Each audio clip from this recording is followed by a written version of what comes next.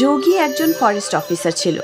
ওর কাজের স্থান তামিলনাড়ু নেলাগন্ডা জঙ্গলে পড়েছিল, আর এই জঙ্গলে লাল চন্দনের গাছ পাওয়া যেত। আমার এখানে থাকতে কেউ লাল চন্দন গাছ চুরি করতে পারবে না। হ্যাঁ স্যার, কিন্তু ওই বর্তারাজন প্রত্যেকবার কোনো না কোনো পথ বার করে লাল চন্দনের গাছ চুরি করার জন্য। এখন আমি এসে গেছি, এখন একটাও লাল চন্দনের গাছ চুরি করতে পারবে না। এখন থেকে আমি দিন রাত ঘুরতে থাকবো। আর এমনিতে চেকপোস্টে যে অফিসারের ডিউটি আছে মুকেশ, ও খুবই বিশ্বস্ত, আমাকে ওর সাথে কথা বলতে হবে। ঠিক আছে স্যার, চলো চেকপোস্টের দিকে যাওয়া যাক। হাবিলদার ফরেস্ট অফিসারকে চেকপোস্টের কাছে নিয়ে গেল। Hello sir, good morning. খুব নাম শুনেছি আপনার, আজ প্রথমবার দেখছি আপনাকে। থ্যাংক ইউ, আমি তোমার বিশ্বস্ততার অনেক গল্প শুনেছি। Thank you sir. আমাদেরকে সরির খোঁজ খবর বাড়াতে হবে। এখন লাল চন্দনের চুরি হচ্ছে, এইরকমই চলতে থাকলে লাল চন্দন দেখাও মুশকিল হয়ে যাবে মুকেশ। স্যার, আমি জানি এইসবের পেছনে বর্ধরাজ আছে, তো তুমি ওর কিছু করছো না কেন? স্যার, ও এই জঙ্গলে মানুষ হয়েছে, জঙ্গলের প্রতিটি জায়গাও জানে। যখন ওকে আমরা ধরতে যাই ও জঙ্গলে মিলিয়ে যায়। কম করে আমরা লাল চন্দনকে এই চেকপোস্ট থেকে বাইরে যেতে আটকাতে পারি, তাই না? হ্যাঁ স্যার, আমি আরও লোকের জন্য আর্জি জানিয়েছি। পরের সপ্তাহে আরও 2জন হাবিলদার এই চেকপোস্টে থাকবে। আশা করি লাল চন্দনের চুরি বন্ধ হয়ে যাবে। আমরা সবাই মিলে করলে সব ঠিক হবে। সেই দিন থেকে ফরেস্ট অফিসার নিজেই নিজের গাড়ি করে জঙ্গলে ঘুরতে যেত দিনের বেলায়, বিশেষ করে রাত্রের সময়ও। এদিকে জঙ্গলের ভেতরে বসতি করে থাকা বর্ধরাজের যোগীর আসার খবর পেয়ে গেল। ভাই, ওই যোগী জঙ্গলে দিন রাত ঘুরে বেড়াচ্ছে, এখন আমরা কি করে লাল চন্দনের গাছ কাটবো? প্রত্যেক সমস্যার একটা সমাধান থাকে ছোটে। বর্ধরাজন স্বামীর গানে কিছু একটা বলল, আর তারপর রাতের অন্ধকারে ফরেস্ট অফিসারের দপ্তরের বাইরে পৌঁছায়। ও কারোর অপেক্ষা করতে থাকে। কিছুক্ষণ পর গার্ড ওখানে পৌঁছায়। ভাই, তোর জন্য মিষ্টি পাঠিয়েছে, আর এর বদলে আমাকে সময় সময় খবর দিতে হবে। প্রত্যেক সপ্তাহ তোমায় মিষ্টি পেয়ে যাবে। ভাইকে ধন্যবাদ জানিও। হ্যাঁ, ঠিক আছে। স্বামী খুশি হয়ে নিজের বসতিতে পৌঁছায় আর বর্ধরাজনকে সবকিছু বলে দেয়। এখন দেখতে হবে ওই ফরেস্ট অফিসার আমার কি করতে পারে। হ্যাঁ ভাই। ওই রাত থেকে বর্ধরাজন আর তার লোকেরা লাল চন্দন গাছ কাটতে শুরু করে দেয়। আর এদিকে গার্ড মেসেজ করে বর্ধরাজনকে ফরেস্ট অফিসারের লোকেশন বলতে থাকে। যে সময় ফরেস্ট অফিসার দক্ষিণের দিকে যায়, তখন বর্ধরাজনের লোকেরা উত্তর দিকে গাছ কাটতে লাগে। আর যেই সময়ে যোগী উত্তরের দিকে যায়, তখন ওরা দক্ষিণ দিকের গাছ কাটতে শুরু করে। এই রকম ভাবে বেশ কিছুদিন চলতে থাকে। একদিনের কথা, উত্তর দিকে লাল চন্দনের গাছ বর্ধরাজনের লোকেরা কেটে চলে যাচ্ছিল। যখন যোগী ওখানে পৌঁছায়, তখন ওর নজর পড়ল তাজা কাটা গাছের কাণ্ডের ওপরে। দেখে তো মনে হচ্ছে যে এই গাছ আজকেই কাটা হয়েছে, কিন্তু আমি তো অনেকক্ষণ থেকে এখানে ঘোরাঘুরি করছি। তা কি করে আমার চোখের সামনে থেকে লাল চন্দনের গাছ কাটতে পারে? নিশ্চয়ই কিছু গন্ডগোল আছে। যোগী কিছুই বলল না, আর গাড়িতে বসে তার উত্তর দিকে চলতে শুরু করলো। যখন ও এখানে পৌঁছায়, তখন এখানেও তাজা কাটা গাছ দেখতে পায়। এই গাছের কাণ্ড আজকে কাটা হয়েছে, তার মানে এখন বর্ধরাজ লাল চন্দন থেকে চুরি করে চলেছে। আমাকে এই সব এক্ষুনি আটকাতে হবে। গাড়ি চেকপোস্টে নিয়ে চলো। যোগী গাড়িতে বসে আর গার্ড গাড়ি চেকপোস্টে নিয়ে এলো। কি হয়েছে স্যার, আপনাকে খুব চিন্তিত লাগছে? আমার তোমার সঙ্গে একা কথা বলতে চাই। হ্যাঁ স্যার, আসুন না, ভেতরে বসে কথা বলি। চেকপোস্টের ছোট্ট ঘরে ফরেস্ট অফিসার যোগী আর ইন্সপেক্টর মুকেশ ছিল। বলুন স্যার, আমাদের কথা এখানে কেউ শুনতে পারবে না। মুকেশ, এখন জঙ্গলে লাল চন্দন গাছ কাটা হচ্ছে, তাই এখানে কি কোনো বড় গাড়ি পার হয়েছে? না তো স্যার, এখন তো হয়নি, কিন্তু কাল একটা গাড়ি আসবে জঙ্গলে রাস্তার কাজের জন্য বালি নিয়ে।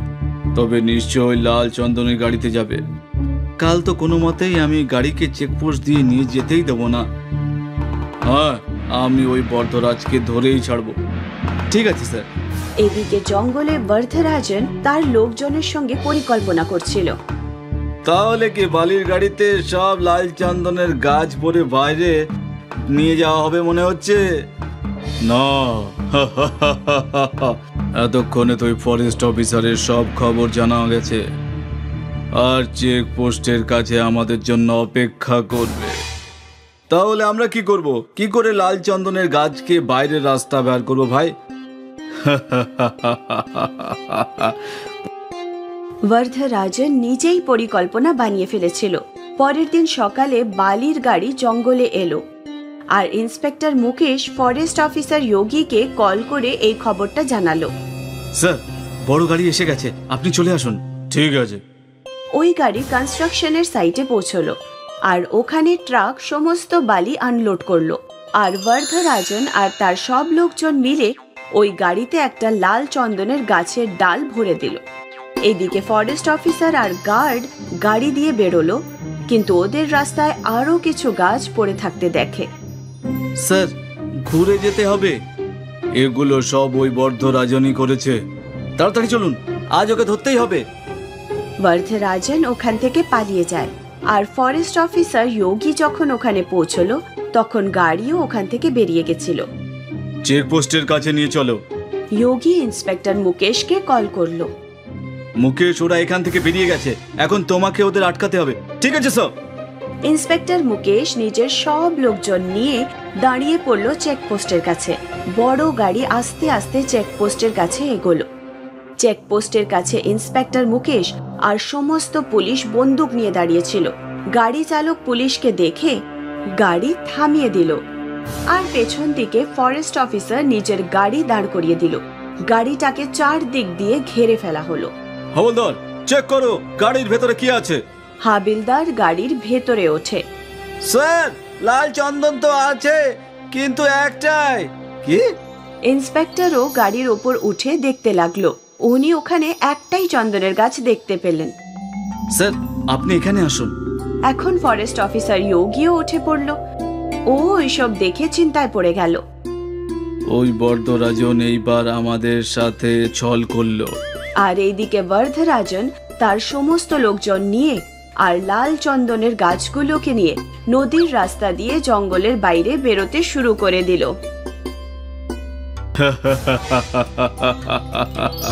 আমায় কেউ আটকাতে পারবে না, লাল চন্দন শুধু আমার।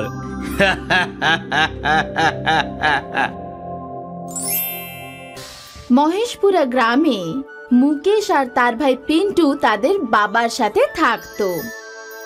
মুকেশ বড় ভাই আর পিন্টু ছোট ভাই। বাবা, তুমি মুকেশ দাদাকে সাইকেল কিনে দিলে, আমাকে মোটর সাইকেল কিনে দাও। খোকা, সাইকেল তো খুব সস্তার জিনিস, আর মোটর সাইকেল দামি। আমি কিছু শুনতে চাই না। যতক্ষণ আমার জন্য মোটর সাইকেল কিনে দেবে না, ততক্ষণ আমি কিছু খাবো না। পিন্টুর জেদের জন্য তার বাবাকে তার জন্য মোটরসাইকেল কিনে দিতেই হলো। মুকেশের পড়াশোনাতে মন বসতো না, তাই বাবা মুকেশের বিয়ে করিয়ে দিলেন। মুকেশ চাষবাসের কাজ সামলাতে শুরু করে, আর অন্যদিকে পিন্টু দ্বাদশ শ্রেণী পাশ করলো। বাবা, আমি পড়াশোনা করতে শহরে যেতে চাই। বাবা, আমাদের গ্রামেও তো কলেজ রয়েছে, শহরে ভাড়ায় ঘর নিতে হবে, তাছাড়াও খাওয়া দাওয়ার জন্য অতিরিক্ত খরচা হবে। বাবা, আমি কিছু শুনতে চাই না, আমি শহরেই পড়াশোনা করব। তাই বাবাকে ছেলের কাছে মাথা নত করতেই হলো। পিন্টু পড়াশুনো করতে শহরে চলে যায়, কিন্তু শহরের জাঁকজমক দেখে পিন্টুর পড়াশুনোয় আর খেয়াল ছিল না। সে শহরে বন্ধুদের সাথে বাইকে চড়ে খুব মজায় দিন কাটালো। কখনো সিনেমা হলে গিয়ে ফিল্ম দেখতে যেত, আর কখনো বন্ধুদের সাথে বসে পার্টি করত। এইভাবে পিন্টু 2 বছর বন্ধুদের সাথে মজা করতেই সময় কাটিয়ে দিল। একদিন পিন্টুকে মুকেশের ফোন এলো। পিন্টু, বাবার অবস্থা খুব খারাপ হয়ে পড়েছে, তুই তাড়াতাড়ি ঘরে চলে আয়। আমি আসতে পারবো না, আমি যে খুব ব্যস্ত, তুই সব সামলে নে ভাই। মুকেশ বাবা, আমি একটিবারের জন্য পিন্টুকে দেখতে চাই। পিন্টু বাড়ি ফেরত এলো না, আর এদিকে বাবার মৃত্যু হয়ে গেল। একদিন পিন্টুর ফোন এলো। মুকেশ, তুই এত কম টাকা কেন পাঠাচ্ছিস? তুই তো জানিস শহরে খরচা অনেক বেশি। পিন্টু, আমার দ্বারা যতটা সম্ভব হচ্ছে আমি পাঠাচ্ছি।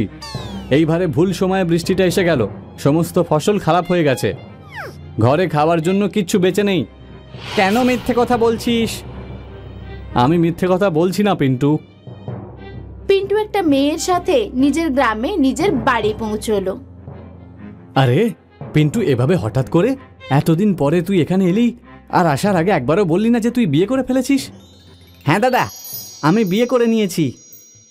মুকেশকে একটা কাগজ দিয়ে বলল, দাদা, এটা আমার কলেজের একটা ডকুমেন্ট, এতে তুই আঙুলের ছাপ লাগিয়ে দে। মুকেশ পিন্টুর ওপর বিশ্বাস করলো, কাগজে নিজের আঙুলের ছাপ লাগিয়ে দিল। খুব ভালো করলে দাদা। এইবারে তুই নিজের বউকে নিয়ে এই ঘর থেকে বেরিয়ে যা। এই কাগজে ইংরেজিতে পরিষ্কারভাবে লেখা রয়েছে যে তুই তোর ঘর, বাড়ি, জমি জায়গা সব তুই তোর ভাই পিন্টুর নামে করে দিয়েছিস। এটা তুই কি বলছিস পিন্টু? এখন আমার সময় নষ্ট করিস না তুই, আর নিজের বউয়ের সাথে বাইরে বেরিয়ে যা। যা, চলো রূপা। বেচারা মুকেশ আর রূপা রাস্তার ধারে একটা কুড়ে ঘর বানিয়ে নিল। এখন আমাদের খরচা কিভাবে চলবে? তুমি চিন্তা করো না, আমি জঙ্গলে গিয়ে গাছ থেকে কাঠ কেটে আনবো আর তারপরে বাজারে বিক্রি করে দেব। পরের দিন জঙ্গলে মুকেশ কাঠ কাটতে গেল। দুপুর পর্যন্ত কাঠ কাটতে কাটতে মুকেশের তেষ্টা পেয়ে গেল। বিশাল গরম লাগছে, আমার তো গলা শুকিয়ে যাচ্ছে। মুকেশ জলের খোঁজে জঙ্গলে এদিক ওদিক ঘুরে বেড়াতে লাগলো। ও একটা কুয়ো দেখতে পেল। মুকেশ কুয়োতে ঝুঁকে পড়ে দেখলো কুয়োতে জল তো ছিল না, কিন্তু কুয়ো থেকে খুবই আকর্ষণীয় একটা সুগন্ধ বেরোচ্ছিল। মুকেশ কুয়োতে লাফিয়ে পড়ল। কুয়োতে একটা চন্দনের গাছ ছিল। আমি তো শুনেছি চন্দনের গাছ খুব দামে বিক্রি হয়। মুকেশ চন্দনের গাছ থেকে কিছু কাঠ কেটে নিয়ে গিয়ে বাজারে বিক্রি করতে গেল। চন্দন কাঠ 50,000 টাকায় বিক্রি হয়। মুকেশ খুব খুশি হয়ে বাড়ি ফিরে আসে। এখন থেকে মুকেশ রোজ চন্দন গাছ থেকে কিছু কাঠ কেটে গিয়ে বাজারে বিক্রি করে। কিছুদিনের মধ্যেই মুকেশ একটা বড় বাড়ি, জমি জায়গা আর ট্রাক্টর কিনে ফেললো।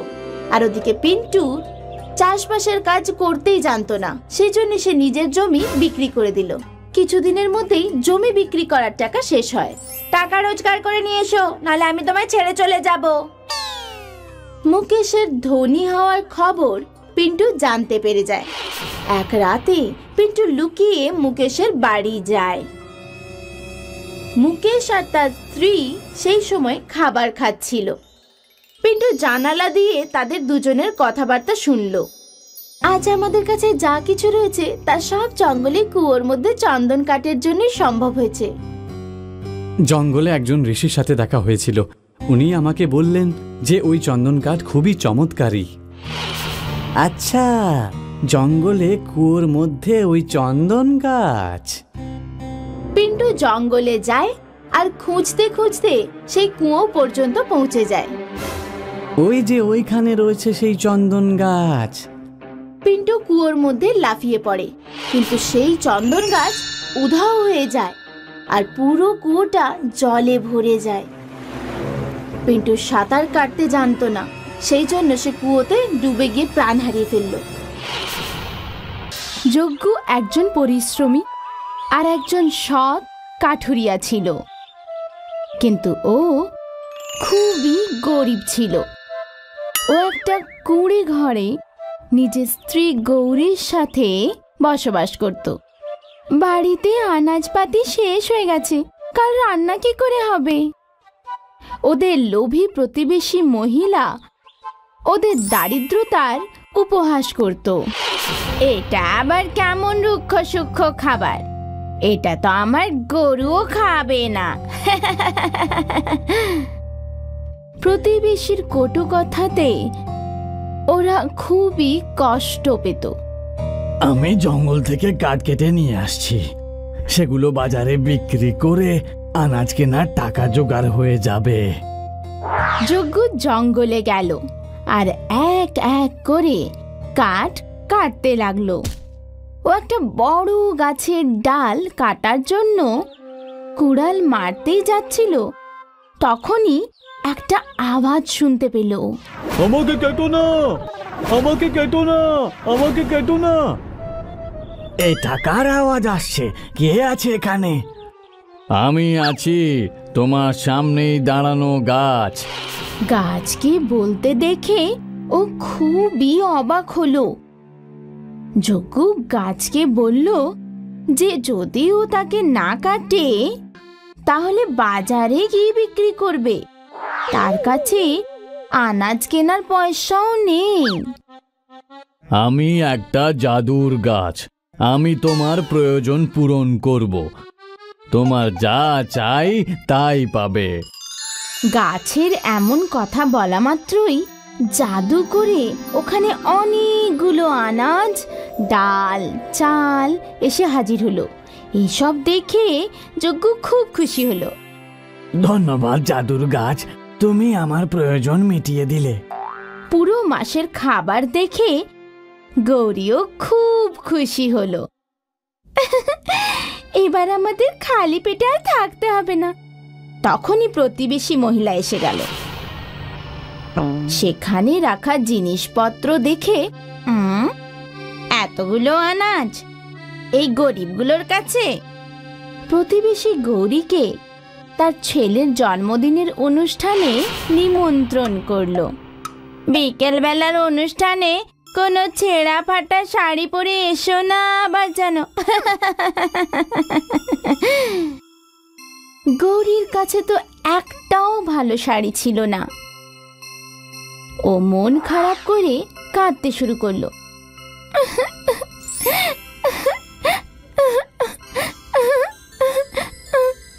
কেঁদো না গৌরী। চিন্তায় মগ্ন যজ্ঞ নতুন শাড়ির ব্যবস্থা কোথা থেকে করবে এটা ভাবতে ভাবতে জঙ্গলে পৌঁছে গেল। জাদুর গাছ ওকে জিজ্ঞাসা করলো যে ওর মন কেন খারাপ। আমার স্ত্রীর কাছে একটাও ভালো শাড়ি নেই, আমি ওকে শাড়ি কোথা থেকে এনে দেব? ব্যাস এইটুকু ব্যাপার, তুমি যা চাইবে তাই পাবে। জাদুর গাছের এই কথা বলা মাত্রই ওখানে একটা নতুন শাড়ি চলে এলো। যজ্ঞ শাড়ি দেখে খুবই খুশি হলো।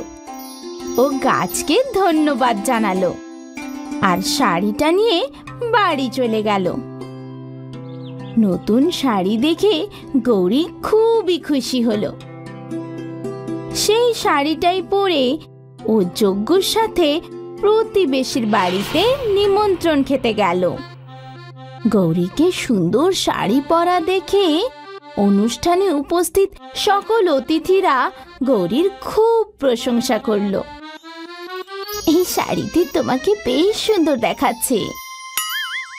গৌরীর প্রশংসা শুনে প্রতিবেশীর মনে খুব হিংসে হলো।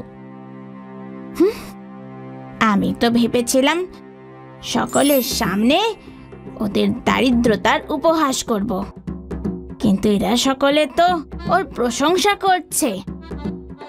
হিংসাবশত প্রতিবেশী মহিলা নিজের সোনার বালা লুকিয়ে দিল আর গৌরীর ওপর বালা চুরি করার দোষারোপ করে দিল আর সকলের সামনে ওকে অপমান করতে লাগলো।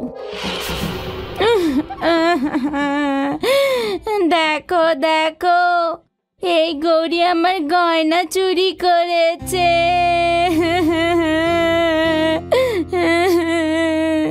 যজ্ঞ গৌরীর অপমানে খুব কষ্ট পেল।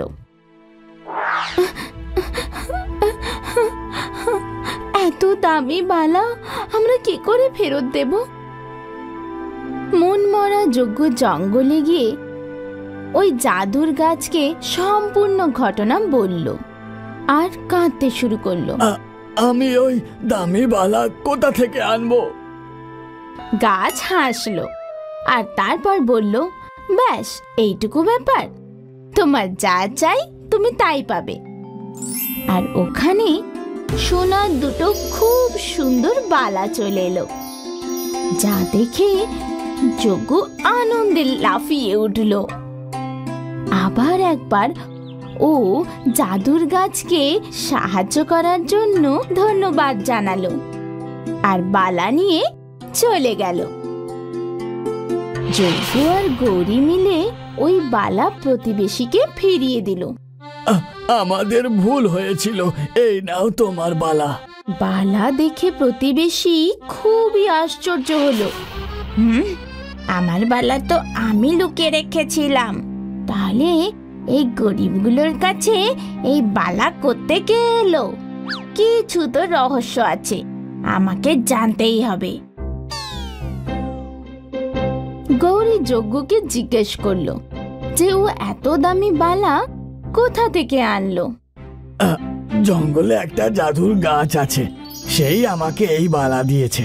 ওই শাড়ি আর আনাজও সেই গাছটাই আমাকে দিয়েছিল। যজ্ঞর কথা শুনে প্রতিবেশী মহিলা অবাক হয়ে গেল। আচ্ছা, তো এই রহস্য, তাহলে তো আমিও ওই জাদুর গাছের থেকে সোনা রূপো হিরে মুক্ত চেয়ে অনেক অনেক বড়লোক হয়ে যাব। পরের দিন প্রতিবেশী যজ্ঞর পেছন পেছন গিয়ে ওই জাদুর গাছ পর্যন্ত পৌঁছে গেল। সেখানেও সত্যি সত্যি যজ্ঞকে ওই গাছের সাথে কথা বলতে দেখলো। তারপর যজ্ঞ যাওয়া মাত্রই ও গাছের কাছে গেল। জাদুর গাছ, চল তাড়াতাড়ি আমাকে একটা হীরের হার দিয়ে দে। মহিলার চাওয়াতেই ওখানে একটা চকচকে হীরের হার চলে এলো। প্রতিবেশী এত খুশিতে পাগল হয়ে উঠল, কিন্তু যেই না সে ওই হারটা গলায় পড়লো, সেই হারটা সাপ হয়ে গেল। প্রতিবেশী ভয় পেয়ে চেঁচাতে শুরু করলো। ও সাপটা টেনে ফেলে দিল আর জাদুর গাছকে জিজ্ঞাসা করলো যে ও সাপ কেন পেল, যেখানে যজ্ঞ ওর মন খুশি জিনিস পাচ্ছিল। জাদুর গাছ বলল যে যজ্ঞ তার কাছে বাধ্যতার কারণে সেই জিনিস চেয়েছিল যেটা তার প্রয়োজন ছিল, কিন্তু প্রতিবেশী মহিলা লোভে পড়ে হার চেয়েছিল, তাই সেই লোভের পরিণামে সে সাপ পেল। এটা শুনে মহিলা খুব রেগে গেল। হ্যাঁ, আমি তোকে একেবারে জ্বালিয়ে দেব। প্রতিবেশী জ্বলন্ত মশাল নিয়ে জাদুর গাছকে জ্বালাবার চেষ্টা করলো। গাছ তো জ্বলল না, উল্টো প্রতিবেশী মহিলার আঁচলেই আগুন ধরে গেল।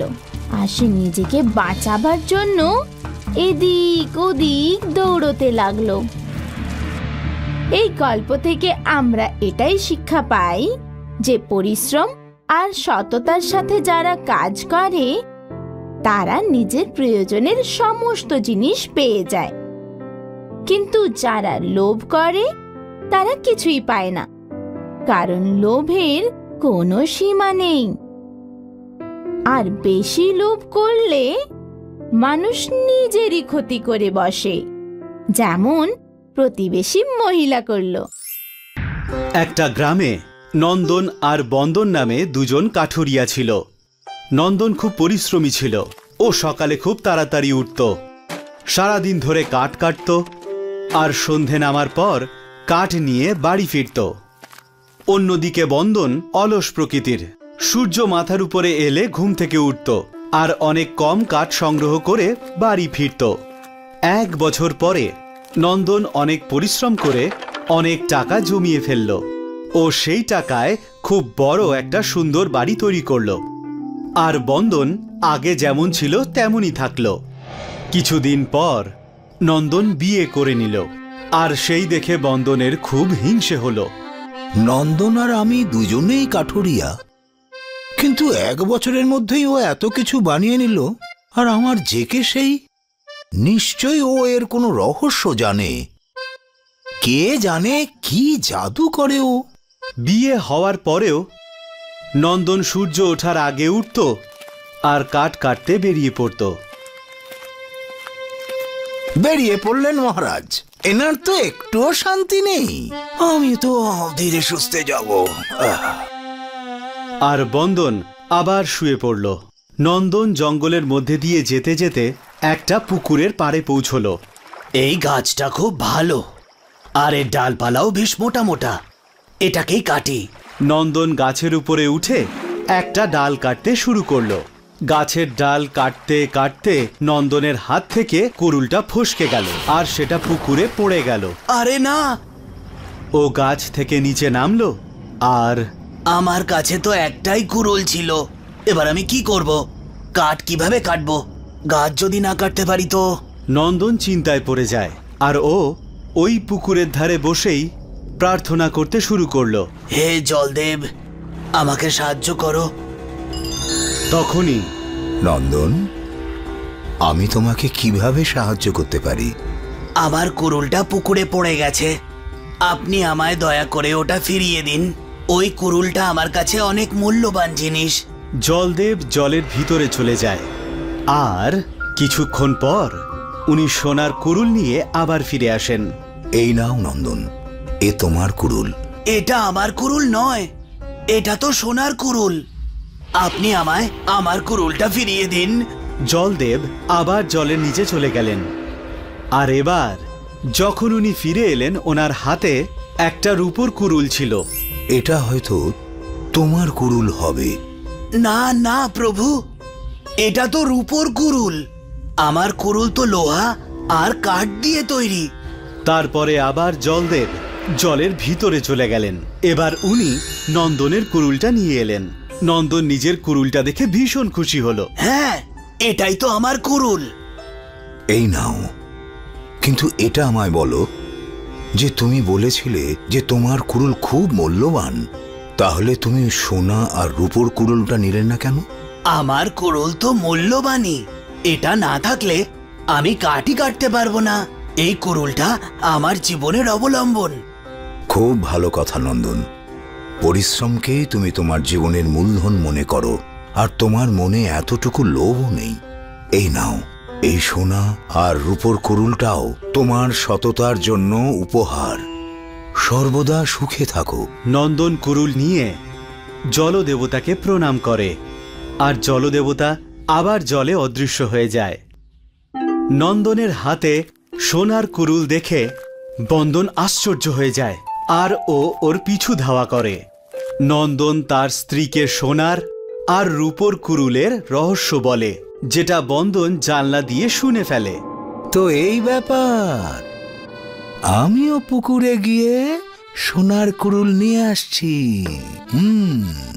বন্দন পুকুরের ধারে পৌঁছে ও ওর কুড়ুলটা পুকুরে ফেলে দেয় আর ওখানেই বসে প্রার্থনা শুরু করে। বলো বন্দন, আমায় স্মরণ করেছো কেন? আমার কুড়ুলটা পুকুরে পড়ে গেছে, আমায় ওটা ফিরিয়ে দিন। জলদেবতা জলের মধ্যে গিয়ে বন্দনের লোহার কুড়ুলটা নিয়ে ফিরে আসে। এই নাও বন্দন, তোমার কুড়ুল। না, এটা আমার কুড়ুল নয়। জলদেবতা আবার জলের মধ্যে যায় আর রূপোর কুড়ুল নিয়ে আসে। বন্দন আবার না করে দেয়।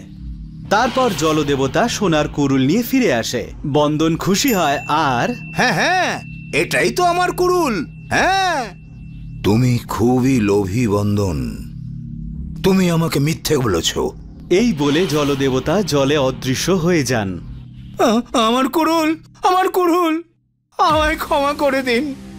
বন্দন মিথ্যে কথা বলা শাস্তি পায় আর নন্দন পায় সততার পুরস্কার। সেই জন্যেই বলে লোভ করা ভালো নয়।